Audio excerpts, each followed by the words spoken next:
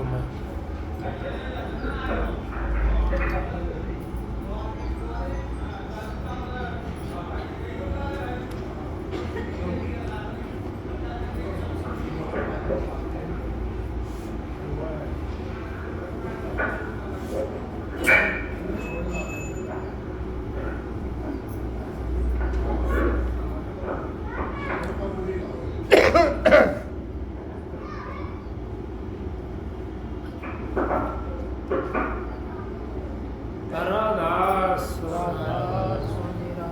राधा स्वामी ताता दयाल की दया, राधा स्वामी साय, राधा स्वामी।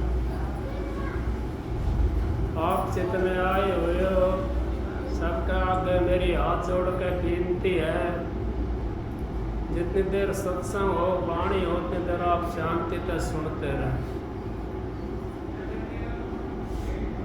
परम संत रूप ताराचंद जी कहते हैं, सत्संग की आधी घड़ी तब के बरस हजार फिर भी नहीं बराबरी, संतन कियो विचार। अब सत्संग की तो आधी घड़ी और तब का 1000 बरस फिर भी बराबर नहीं है। सत्संग तो मालिक की दया से, सतगुरु की दया से होता है। सत्संग कोई ये सोचे सत्संग हम कर लें बैठ कर के, ऐसे सत्संग नहीं होता है। ऐसे तो शब्द भी नहीं गाया जाएगा, तो शब्द के लिए भी हमने मालिक की मौज की जरूरत होती है। और नहीं तो आप कुछ गाओगे और बोला कुछ जाएगा। तो इस करके सतगुरु का तो हमने सहारा लेना पड़ेगा। और संत महात्माओं का जिसने सहारा ले लिया वो 84 से पार हो जाता है। तो भाई शब्द गा रहा था, इन्होंने गाए शब्द, आप लोगों ने शब्द सबने गाए हैं। सब संतों की एक ही बात है, सबने यही निशाना बताया है कि भाई अपना जो है ना अपने को सुधारना चाहिए। जब तक हम अपने आप को नहीं सुधारेंगे हम भक्ति भी नहीं कर सकते। क्यों? अब उन्होंने ये कह दिया ये चोला तो ऐसा है, इसमें या तो हर की भक्ति कर ले या संसार के विषय कमा ले। एक ही चीज हो सकती है, दो चीज नहीं हो सकती। हाँ, दो चीज जब हो सकती है जब आप सतगुरु के दरबार में अड़े रहोगे। डटा रहे मथोड़ा माँ ढोल, उखड़े की कोटी नहीं टिके के लाखों मोल। टिक जाता है उसके लाखों मोल हो जाते हैं, और जो खड़ जाता है उसकी कोटी भी नहीं रहती। महाराज जी कहते हैं जो खड़ जाता है उसकी कवर में भी कीड़े पड़ जाते हैं। जो डटा रहता है उसकी करोड़ों रुपए की, अरबों रुपए की, खरबों रुपए की उसके सामने कोई कीमत नहीं है, उसका मोल फिर भी ज्यादा रहता है जो डटा रहता है। गुरु के शब्द के बिना, गुरु के सहारे के बिना, गुरु के आशीर्वाद के बिना, गुरु की दया के बिना हम उस देश में नहीं जा सकते जिसकी हम सारे जने ये सोचते हैं कि हम तो अभी पहुंच जाएंगे। ऐसे जाते तो कितने सारे सुबह से शाम तक खूब गाते हैं,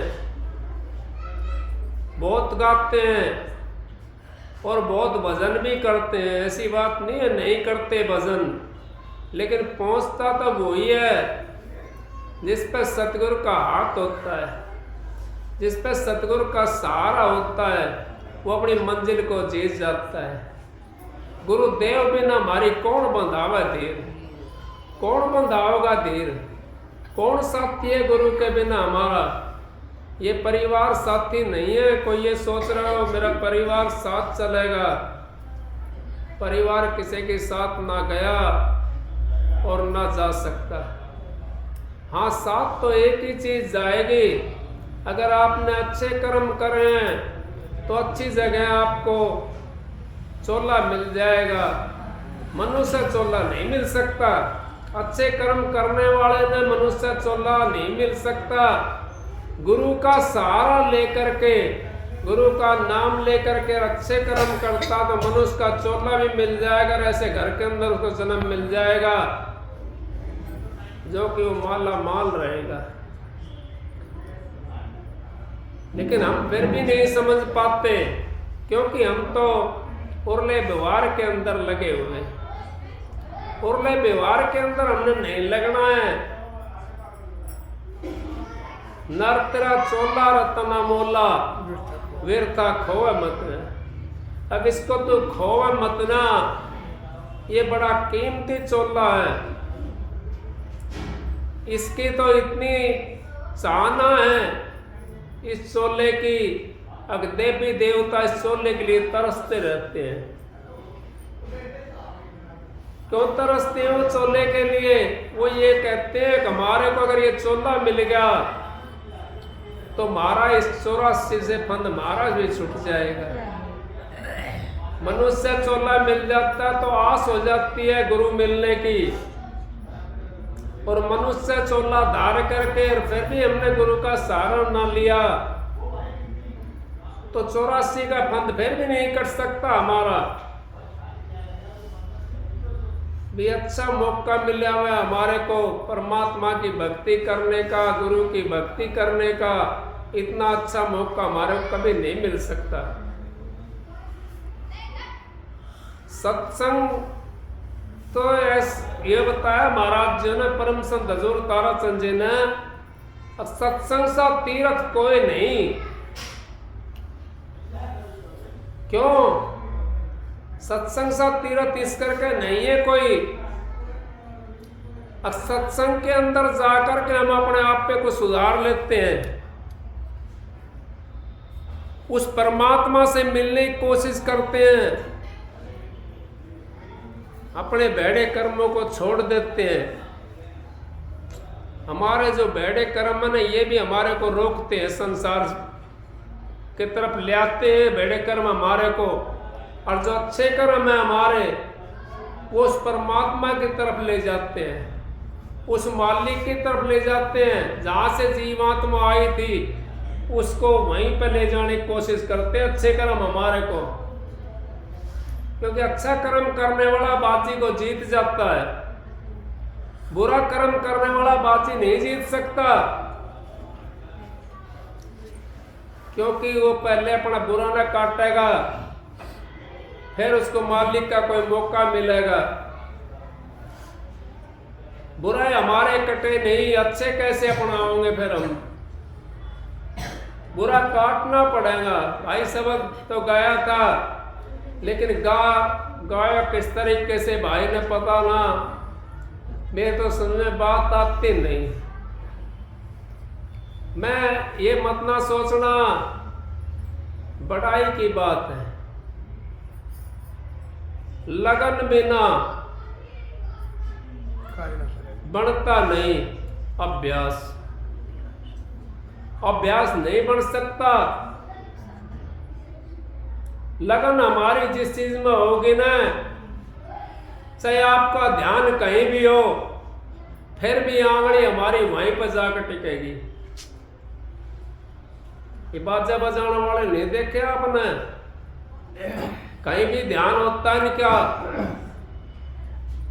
और उनकी जो दिन है आंगड़ी वहीं पर जाकर टिकती है उसी बाजे के ऊपर। जब तक हमारी लगन नहीं होगी,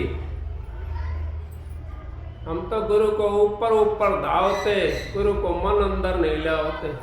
गुरु को जब तक मन के अंदर में, हृदय के अंदर नहीं जमाओगे, दो बातें होते हैं कह कर ना, अब भाई कौन सा मन तय कह रहा है, ऊपर लाता है भीतर लाता है ना? क्या मैं कौन सा मन तय कह रहा है भाई? भीतर लाते कह रहा है कि ऊपर लाते कह रहा है? मन में दो बता दिया ना, तो कोई सच्चा होगा नो बात एक मैं भीतर वाला कह रहे हूं भाई। और भीतर वाला जो कहता है वो पता भी पड़ जाता है, ऐसी बात नहीं है भाई सच्चाई बोल रहा है कि झूठ बोल रहा है, पता ही पड़ जाता है हमारे को। लेकिन हम उस चीज के अंदर जब तक रमेंगे नहीं, जब तक ना तो हमारी लगन बढ़ सकती ना हमारा अभ्यास बढ़ सकता। 1 घंटे में, 10 मिनट में, 5 मिनट में भजन नहीं बनता है। भजन के लिए भी हमने कम से कम कुछ भी नहीं ना, तो 5-6 घंटे तो चाहिए। और 5-6 घंटे तो भजन के लिए चाहिए, और कम से कम 6 घंटे एकांत चाहिए। एकांत में जब आपका मन रुकेगा, संसार के झमेले को छोड़ करके, तब आपका भजन भी बन जाएगा। और फिर 15 मिनट का भजन जो हमारा है ना, वो 24 घंटे का काम करता है। लेकिन हम तो जाते हैं, कपड़ा उठा, भाई गुरु की हाजिरी लगा दें, और इतनी देर में रोटी भी खाकर खाने में भी टाइम लगता है, और गुरु की हाजिरी लगी कौन ना लगता उगाड़ा। क्यों बैठ ही नहीं सकता वो, कैसे बैठेगा? लगन तो कहीं दूसरी जगह है। लगन हमारी जहां होगी उस चीज के अंदर हम जल्दी रम जाते हैं। जिस बच्चे को पढ़ने का चाह होता है, किसी ने कंप्यूटर का चाह होता है, वो जल्दी सीख जाएगा। और किसी बच्चे ने चाह है नहीं, उसको जबरदस्ती हम सिखाना चाहें तो वो नहीं सीख सकता। इस करके जो है ना, आप लोग अपना अभ्यास करना है, भजन करना है, बड़ी अच्छी बात है, मैं ये नहीं कहता। आप अपना काम करते रहो, कदे न कदे मालिक आप पे मेहर कर देगा। लेकिन हमने एक साइड में होकर के काम करना पड़ेगा। जब हम बेटे पोते वाले हो जाते हैं, दी जमाइया वाले हो जाते हैं, बालक बच्चे कमाने वाले हो जाते हैं, फिर भी अपना घर के अंदर एकांत नहीं कर सकते हम। फिर भी वो सोचते हैं अब 10 रुपए की चीज ले आवे तो हमें ले आकर देव बालक के दिए, क्योंकि अपना विश्वास नहीं। विश्वास हमें रखना चाहिए भाई। अगर हम चले जाते हैं छोड़ करके चोला, जब भी तो वे ले आएंगे सामान को, नहीं लाएगा। जब कौन देखने के लिए आएगा? अब हमारा अंत समय चल रहा है, उस अंत समय के अंदर तो कम से कम चेत जाए। अगर भाई तुम अपना आप संभालो, आपको आत्मा को शांति मिलेगी। आपके सामने आपका बच्चा अगर पैरों पे खड़ा हो जाए तो आपको शांति मिल जाएगी। हाँ भाई मेरा बालक ठीक है, शांति से अपने कमा रहे हैं, खा रहे हैं, मेरे बच्चे ठीक हैं। तो इस करके अपने रहते हुए और बार डोर को अपने बच्चों को संभाल दो। अगर आपने भजन करना है तो, और 5 रुपए की चीज लाया उसके लिए भी हम बाजे डोलना है, तो उसके लिए क्या करेंगे? फिर भजन बंद की नहीं हो सकती, क्योंकि फिर हम तो यूं सोचते भाई हम ही करेगा। भजन बंद की नहीं कर सकते। भजन बंदगी के लिए हमने बहुत जरूरी है अपने मन को शांत करना। जब मन हमारा शांत हो जाएगा ना बेटा, आराम से बैठ जाओ। जब मन हमारा शांत हो जाएगा, भजन तो आपका बढ़ना शुरू हो गया। जब तक हमारा मन शांत नहीं है, भजन नहीं बढ़ सकता, क्योंकि मन तो कहीं और लेकर जा रहा है। हम उसको खींच करके जबरदस्ती बैठा रहे हैं उसको। कितनी देर बैठेगा वो 10 मिनट बैठेगा, 10 मिनट के बाद में ऐसी उछलने लग जाएगी। मैं तो अपनी बता रहा था, मैं आप लोगों को नहीं बता रहा। कोई ये सोचा भाई मेरी बता रहा है, मैं तो अपनी बता रहा हूँ। अब 10 मिनट के बाद में उछलने लग जाती है, और जो कपड़ा ओढ़ करके हम बैठते हैं उसको घेर करके भाग लेते हैं। अगले फिर बैठूंगा, फिर कोई ऐसा आ जाए बतलाने वाला, वो 2 घंटे भी गैलना छोटा है। फिर बैठूंगा, और वो फिर में दूसरा दिन निकल जाता है। कबीर साहब ने कही काल कर सो आज कर सो अब, पल में परल होगी फिर करेगा कब। मन के मते न चालिए, मन है पक्का दूध, ले डूबे दरिया में प्राण जाएंगे छूट। मन तो एक मिनट भी नहीं रुकता हमारा। रात को हम सो जाते हैं ना, जब भी निकल के भागता है मन। क्यों भागता है? तक हमारी वृत्ति सही नहीं होती, हमारा ख्याल जो वो सही नहीं होता। हम यूं सोचते 2 मिनट में हम भजन करेंगे और 23 घंटे 58 मिनट उस मन को बजाय डोल लेंगे, 2 मिनट के अंदर भजन नहीं बनेगा। मन के साथ मत चलो। अगर आपने भजन बनाना है तो मन कहता है आराम कर ले, मन कहता है खाना खा ले, मन यूं कहता है फलानी जगह डोल खाऊंगा मैं। मन के साथ मत चलो। मन के साथ चलोगे तो भजन नहीं कर सकते। मन को तो मोड़ना पड़ेगा। मेरे को मिसाल याद आ गई, एक राजा था, वो कहने लगा अब भाई इस बकरे को कौन दबा कर ला सकता है। सुबह दरबार लगा हुआ था राजा का, कोई भाई था, वो कहने लगा महाराज मैं दबा कर लाऊंगा इसको। अच्छा खाता पीता घर का था वो, उसके ने चना ले आया, नाज ले आया और कोई चीज़ जो खाने वाली चीज़ थी, उसको पत्ता उत्ता सारी चीज़ ला कर रख दिया उसके सामने। और वो उसने खाया, खा करके और उसने सोचा बस दाप क्या होगा। तो राजा के पास में लेके चले गए। अब राजा बोला भाई दपा लाया? हाँ महाराज मैं दपा लाया। मैं दपा लाया भाई, बच्चों ने धमका दो इनको परली साइड में। अब मैं दपा लाया महाराज। राजा कहने लगा भाई वो लाना घास थोड़ी, वो घास लेकर आया हरी हरी काट करके उसके बकरी की साइड में दिखाई, बकरा उसको खाने लगा। कहने लगा भाई आप तो कह रहे थे दबा लाया। बोला महाराज मैं तो बहुत दबा कर लाया, इसको चना भी खवाया और भी नाज खवाया इसको, इसका चारा भी दूसरा खवाया, पत्ते पुत्ते में सारी चीज इसको खवाई, जो चीज इसने खाई वही खवाई। एक भाई बैठा था, वो सत्संगी था,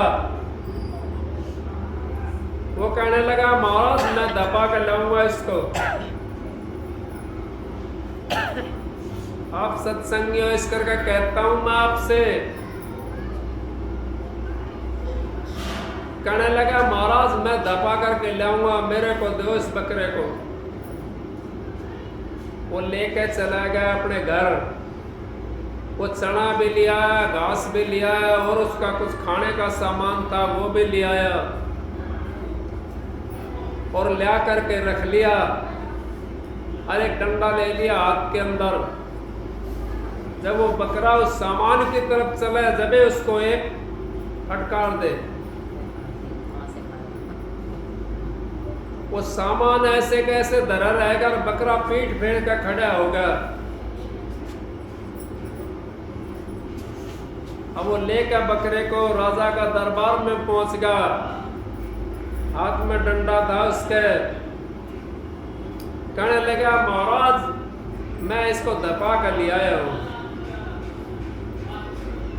राजा ने तो फिर घास मंगाई और उसकी तरफ में दिखाई दो, वो तो डंडा दिखाई दे रहा था ना, वो बकरा उधर नहीं गया। तो बोला भाई ये बता दे तू कैसे दबा कर ले है इसको। महाराज मैंने डंडा हाथ में ले रखा है, ये जब चलता था उस साइड में तो जब मैं इसको डंडा दिखाता था मारता था, और ये इतना वो हो गया इसको सारा सामान धरने के बाद में भी इसके सामने ये कति पीठ फेर कर खड़ा हो गया। तो मन भी हमारा ऐसा है, इसके लिए भी हमने हट का डंडा लेना पड़ेगा। अगर हट का डंडा हमने हाथ में ले लिया, भजन पर बैठते हो तो हट करके बैठो। अगर भाई मैं तो इतनी देर बैठूंगा 1 घंटा, तेरा मन करता हो तो रह ले मेरे साथ में, और जो ना रहना है ना तो भाई तेरा मन करा वहां जा। कबीर साहब ने कह दिया मन जाए तो जानने, गए कह राख शरीर, बिना चिल्ले चढ़ाए कमान के कैसे लागे तीर। अब बिना चिल्ला चढ़ाए कमान के कैसे तीर लगेगा, कैसे उस परमात्मा से मिलेंगे हम। हमने हाथ के अंदर वो हट डंडा रखना है। अब मन तो हमारे कदे भजन करने नहीं देगा, मन मेरा मसकरा कहूं तो माने रोज। जिस मार्ग साहिब मिले ताही चलना कोस। अब जिस मार्ग के ऊपर वो मालिक मिलता है, सतगुरु मिलता है, वो परमात्मा मिलता है, उसकी तरफ नहीं चलता ये मन।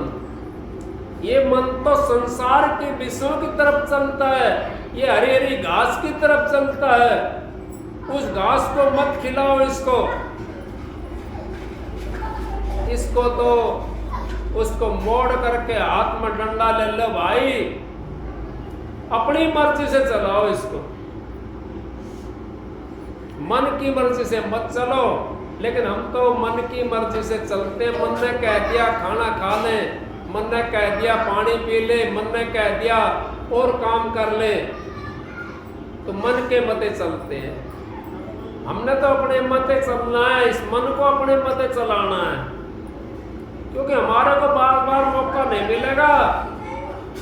ये मनुष्य चोला हमारे को मिला है ना, ये बड़ा कीमती चोला है, ये बार बार नहीं मिलना। क्यों? ये तो एक दफा मिला 184 जियाजून भुगतने के बाद में। अब इतनी 84 भुगतने के बाद में हमारे को चोला मिला, और इस चोले को अगर हम उस मन के हिसाब से चलने देंगे तो हमारा काम नहीं चलेगा। हमारा काम तो इस चोले को हमने दबाना है। इस चोले के साथ में मन को दबाना है। मन के ऊपर बैठ जाओ, सवारी कर लो मन की। मेरे को याद आ जाती है, उधर दूसरी मोहल्ले के अंदर एक बहुत बुजुर्ग थी, उनके अंदर हजारी के उनके, उसका नाम था गिंदोड़ी नाम था। बहुत शब्द गाती थी, तो गाती थी मन के बारे में शब्द गाती थी। इस मन मैं क्यों कर समझाऊं, मेरा यो मनवा मान तरे को ना, मेरा यो मनवा मान तरे को ना।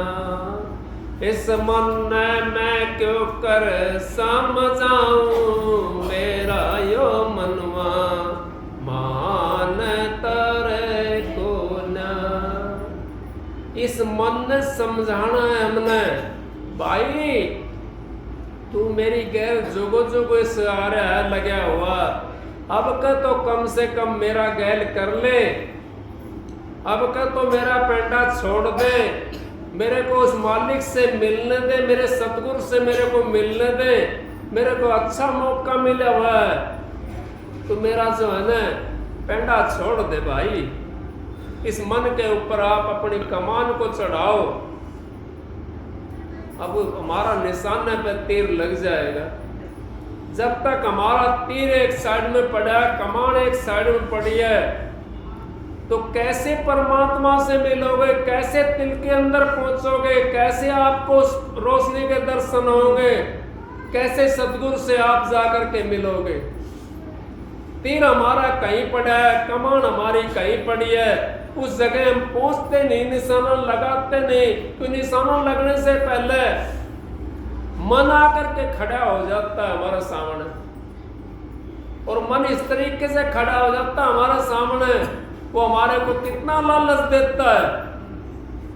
कहीं पैसे का लालच देगा, कहीं धन का लालच देगा, कहीं गाड़ी घोड़ों का लालच देगा, कहीं मकान दुकान का लालच देगा, कहीं यार रिश्तेदारों का लालच देगा। वो हमारे को उस परमात्मा की तरफ जाने नहीं देता।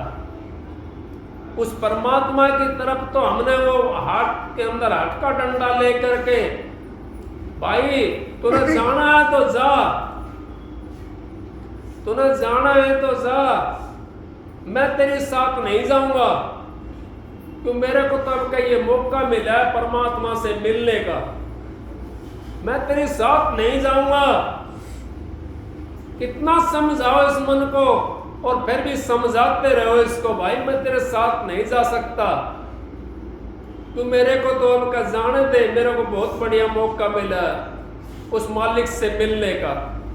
उस मालिक से मिलने का हमारा को यही मौका है। ये मनुष्य चोला बड़ा कीमती है, इसकी कीमत को समझो।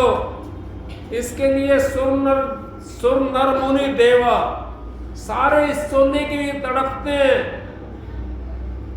फिर आप इसको क्यों इतना आसान समझते हो, क्यों इतना सस्ता समझते हो? अब जो कि अब क्या आपका खाया और सो गए, खाया और सो गए, खाया और सो गए, और कोई काम नहीं, परमात्मा की भक्ति नहीं। सुबह उठे शाम तक डोले, शाम ने खाया और सो गए, फिर सुबह उठे शाम तक डोले, शाम ने खाए फिर सो गए। क्या यही काम के लिए आया है चोला? नहीं, ये परमात्मा की भक्ति के लिए आया है। चंदन बिरवा कदे ना सींचा, सींचे आंख बंबोड़। औरों को तू बड़ा कर मान, औरों को तू छोटा कर मानना है, आपे को समझे बहुत बड़ा, मतलब औरों को तो तू छोटा समझता है, अपने आप को बहुत बड़ा समझता है। अगत में मत ना बोवा सोड़, अगत में क्यों होते हो सोड़? ये बड़ा अच्छा मौका मिला है हमारे को उस परमात्मा से मिलने के लिए, और बिना सतगुरु के उस मौका को हाथ के अंदर नहीं ला सकते हम। सतगुरु हमारे को वो रास्ता बता देता है मिलने का, परमात्मा से मिलने की डगर बता देता है हमारे को सतगुरु।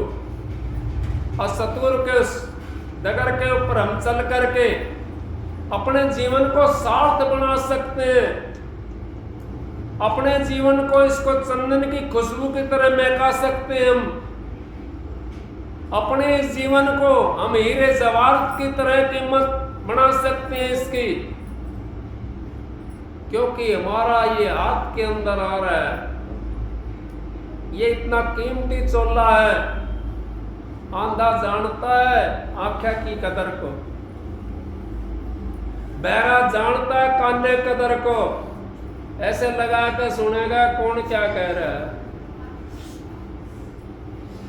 आंधा होगा तो नजदीक से देखेगा इसके अंदर कुछ वो ना पड़ रहा हो।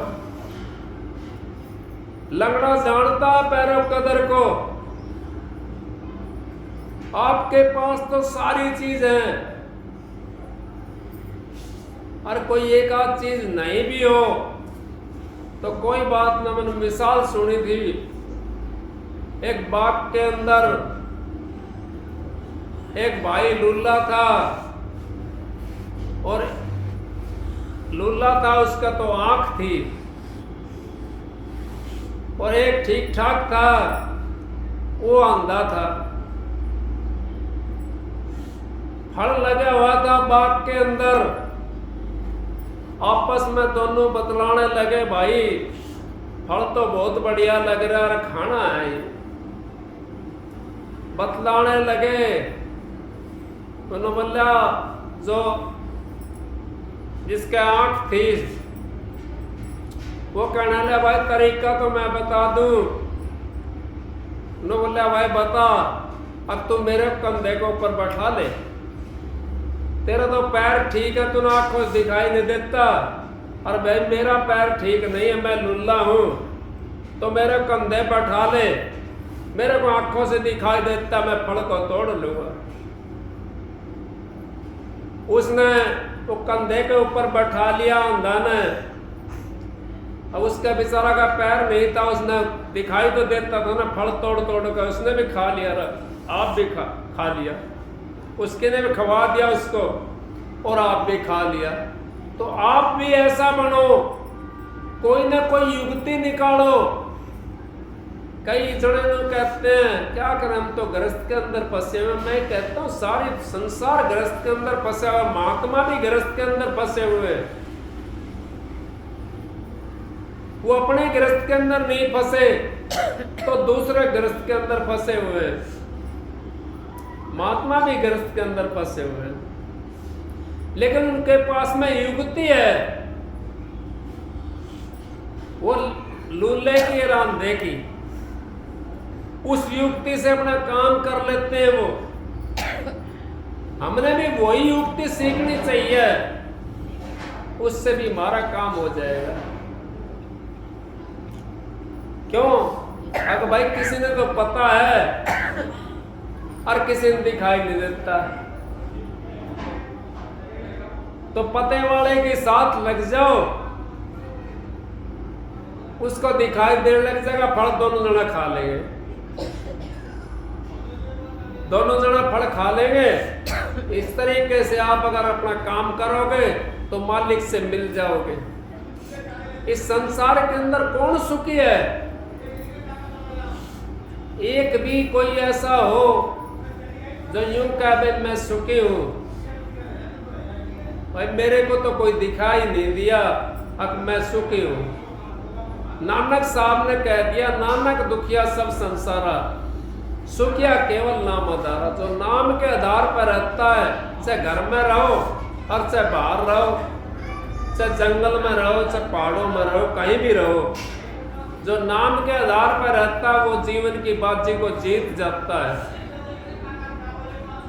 और जो नाम का सहारा छोड़ करके संसार के अंदर लगा हुआ है, वो तो पहले भी ऐसा ही था और नाम लेने के बाद में भी फिर ऐसा का ऐसा रहा।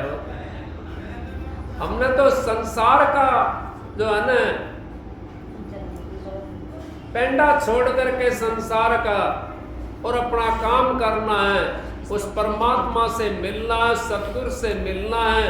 तो उसके लिए हमने परमात्मा का सहारा और संगत का सहारा भी लेना पड़ेगा। साध संगत से उभरता है और संगत साधु से उभरती है। साधु के पास में संगत ना हो, किसको सत्संग सुनावेगा वो? और संगत के पास में साधु ना हो तो कहां से ज्ञान सीखेगी संगत?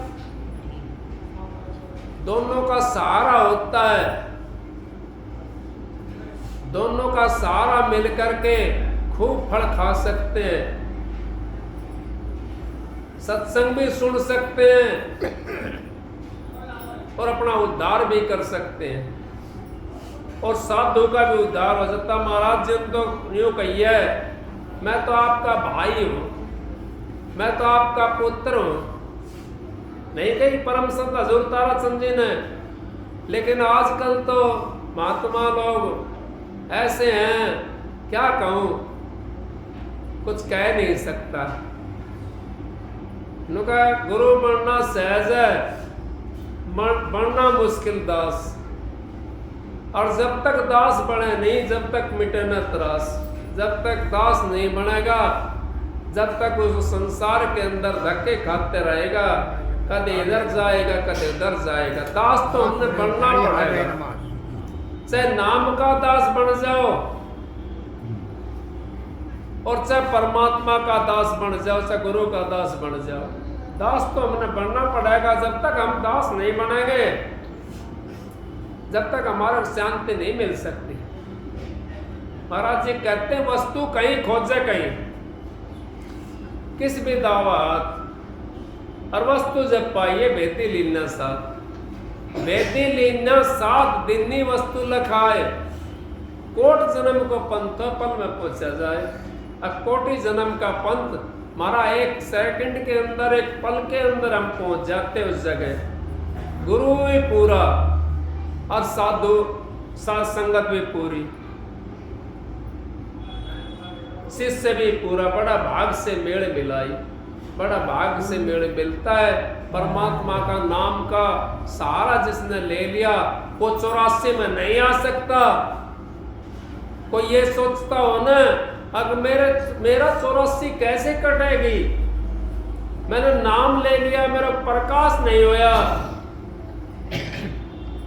मेरा भजन नहीं बनता।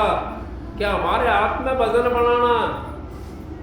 हमारे हाथ में नहीं है, गुरु के हाथ में होता है, क्योंकि उनके पास में लेखा होता है। मैंने सुनी थी महाराज जी की बात,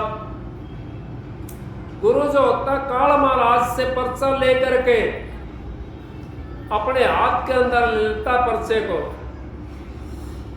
और जो उसका अच्छा बुरा कर्म होता है उसको सने सने, जैसे माँ अपने बच्चे को उतना दूध पिलाएगी जितना बच्चा पचा सकता है। अगर माँ ने बच्चे को दूध ज्यादा पिला दिया तो दस्त लग जाएंगे या उल्टी गिर देगा वो।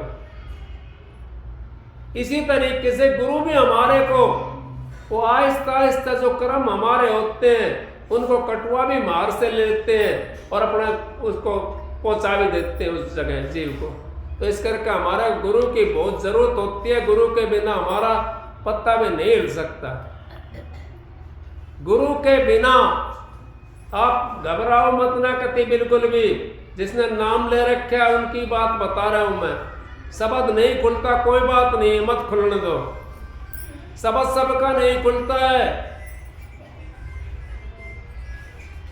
कुछ ऐसा होता है अगर जो शब्द खुल जाता है, कुछ ऐसा होता है जो अंत समय में गुरु अपनी पूंजी से पूंजी पूरी करके और अपने धाम में ले जाते हैं। लेकिन इतनी बात तो हमने जरूर करनी पड़ेगी, इतनी बात तो हमने सोचनी पड़ेगी। अब गुरु हमने पूरा करना लेना पड़ेगा। गुरु अगर हमारा पूरा है तो हमारे कोई चिंता नहीं रह सकती। गुरु अगर हमारा पूरा नहीं है तो हमारे को चिंता रहेगी और हम वहां पहुंच नहीं सकते, क्योंकि आगे मिलेगा नहीं। पूरा गुरु आगे कैसे नहीं मिलेगा बताओ। आप पूरा गुरु नहीं है तो आगे कैसे मिल जाएगा हमारे को? मिल जाएगा। जिसका शब्द नहीं खुला वो पूरा गुरु नहीं होता है। जो अपने अंतर के अंदर नहीं गया वो पूरा गुरु नहीं होता है। चार बात सीख करके बात बोलने लग जाए वो पूरा गुरु नहीं है। जब तक अंतर के अंदर वो गया नहीं, मारा को कैसे वो उस जगह के ऊपर कैसे बचावेगा? महाराज जी कहने लगे, एक भाई था, बोला जी मेरे को थाली के अंदर तारे से टूटते हैं,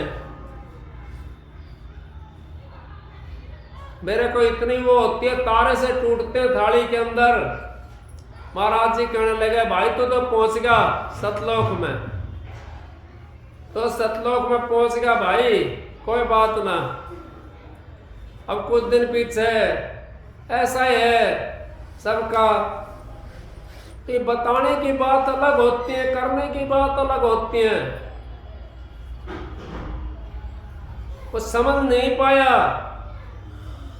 क्यों किसी ने कह दी भाई तारे से टूटते हैं थाली के अंदर, वही हमने कहना शुरू कर दिया। लेकिन अभ्यास करके देखो थाली के अंदर तारे कैसे टूटते हैं। दूध छठी का निश्चय भाई जब राधा स्वामी के दर्शन पाए, हम 10 मिनट बैठते कहीं, 10 मिनट में 10 बार पलाती को बदल लेते हैं, नहीं बदल लेते हैं, 10 बार बदल लेते पलाती को। और वो तो कम से कम 1 घंटे के अंदर, आधे घंटे के अंदर तो पैर हमारा सुन होना शुरू होगा। सुन होना शुरू होगा तो जैसे सुन होगा हमारा पैर, वैसे हमारे को दर्द होना शुरू हो जाएगा। वो दर्द में बैठ नहीं सकते। अगर कोई हाथ में डंडा ले रहा है, हट डंडा, वो नू कहेगा भाई से प्राण निकलो और से कुछ भी हो भाई मैं तो बैठूंगा।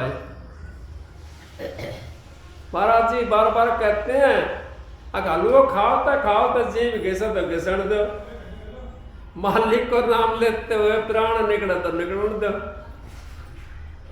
तो वो दर्द होना शुरू हो जाएगा, पर वो थोड़ी देर होता दर्द, 5 या 10 मिनट बस, फिर आपको पता नहीं पड़ेगा, फिर दूसरा अंग शुरू हो जाएगा सुन होना, दूसरा शुरू हो जाएगा। यूं समझो जहां से हमारा अंग सुन हो गया उस जगह से जीव आत्मा वहां से निकल करके सिमट करके दूसरी जगह चली गई। उस जगह से नहीं है जीवात्मा, जिस जगह हमारा सुन हो गया, पता नहीं पड़ेगा, आप चुटकी भरोगे जब भी आपको पता नहीं पड़ेगा, कोई चीज लगाओगे तब भी नहीं पता पड़ेगा। इसी तरीके से फिर हमारा ऊपर से भी हाथ सुन होना शुरू हो जाता है। फिर बीच वाला शरीर, क्योंकि इसका जो है ना मध्यम के अंदर स्थान है जीवात्मा का, ऊपर भी बिखर रही है, बराबर में बिखर रही है, नीचे बिखर रही है, मध्यम के अंदर जीवात्मा का स्थान है। मैं आपको सत्संग कराता हूं, ये मेरे मालिक की दया है, मेरे सतगुरु की दया है। मैं तो उनके बिना बोल भी नहीं सकता, मैं बोलता तो 40 साल पहले बोल लेता। और बहनियों की भी मेरे ऊपर बहुत दया है। क्यों है दया? उन्होंने मेरे को आशीर्वाद दे दिया, मेरे को पता नहीं था कैसे क्या था। भाई सत्संग करना मालिक की मौज थी। आपको मैं बता रहा हूं, इतनी खोल करके नहीं बताएगा कोई, लेकिन मेरे ऊपर भी बंद लगा दिया था महात्मा जी ने। मुंशीराम महात्मा थे और बहन जियों ने भी कह दिया भाई किसी को कुछ नहीं बतानी है, बंद लगा दिया था। महात्मा ने कह दिया था संतों के मुख से पर्दा नहीं हटाना है, मैं पर्दा रखता हूं मालिक की दया से। अब हमारा ये सुन होना शुरू हो गया।